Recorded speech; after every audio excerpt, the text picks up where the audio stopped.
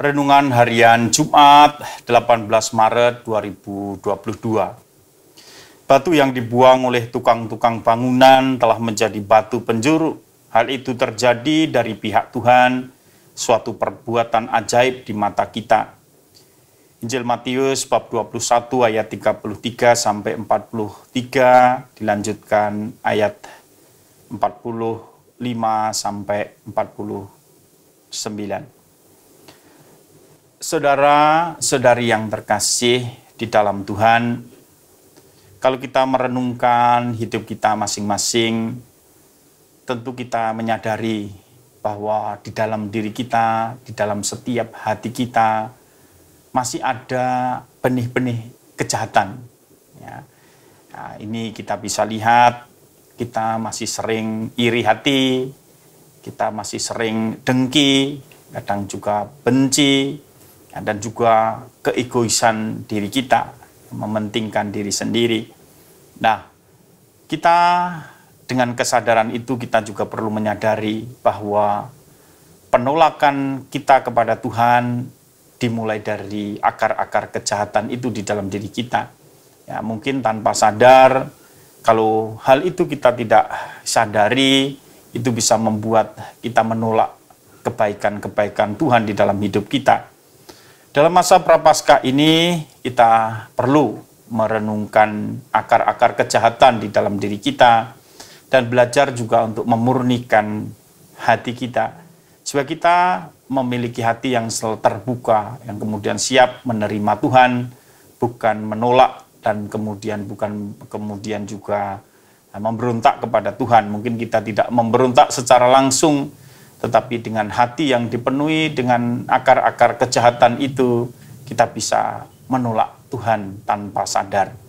Nah, rupanya di dalam diri saudara-saudara Yusuf dalam perjanjian lama, Yusuf anak Israel, mereka juga ada iri hati karena Yusuf anak yang terakhir dari Israel, itu anak yang menjadi kesayangan, mendapatkan perlakuan istimewa, ya, dan saudara-saudaranya menjadi iri, ya, dan punya kehendak niat untuk menyingkirkan Yusuf ini. Karena itu pada saat Yusuf menyusul saudara-saudaranya yang menggembalakan ternak di padang, saudara-saudaranya membuangnya dan kemudian juga menjualnya akhirnya kepada saudagar dan akhirnya sampai di Mesir. Namun justru Yusuf yang dibuang, yang disingkirkan oleh saudara-saudaranya nanti akan menjadi penolong mereka ketika mereka mengalami kelaparan. Karena Yusuf di Mesir, kemudian hari menjadi istilahnya penjaga gudang dan kemudian dia punya peranan penting di sana. Sehingga akhirnya ketika saat lapar mereka mencari gandum dan kemudian menyelamatkan keluarganya. Nah, saudara-saudari yang terkasih di dalam Tuhan, demikian juga orang-orang sezaman dengan Yesus. Ya, ada ahli-ahli Taurat, ada orang-orang Farisi, dan kemudian juga orang-orang Israel, yang bangsa Israel, yang tidak sepenuhnya menerima Yesus. Bahkan kemudian kita bisa mendengarkan orang-orang yang punya posisi penting dalam keagamaan Yahudi, mereka mungkin juga sakit hati ketika ditegur oleh Yesus, ketika kemudian juga dikritik oleh Yesus, dan di dalam hati mereka kemudian tumbuh kebencian, tumbuh kemudian iri hati, ya, tumbuh kemudian juga mungkin kejengkelan, ya, dan kemudian keinginan untuk menyingkirkan Yesus. Nah, Yesus menggambarkan situasi itu dengan sebuah gambaran bahwa Yesus ini adalah seperti seorang anak pemilik kebun anggur yang diutus untuk meminta hasil dari para penggarapnya. Tetapi justru para penggarapnya seperti yang telah dilakukan pada utusan-utusan pemilik anggur, justru membunuh anak pemilik anggur itu supaya mereka memiliki kebun anggur itu dan kemudian panenannya untuk mereka. Nah, karena itu juga Yesus yang ditolak oleh orang-orang Yahudi, itu menggambarkan diri seperti batu yang dibuang. Dia mengutip Mazmur 118 ayat 22 sampai 23. Dia mengatakan batu yang dibuang oleh tukang-tukang bangunan telah menjadi batu penjuru. Hal itu terjadi dari pihak Tuhan, suatu perbuatan ajaib di mata kita.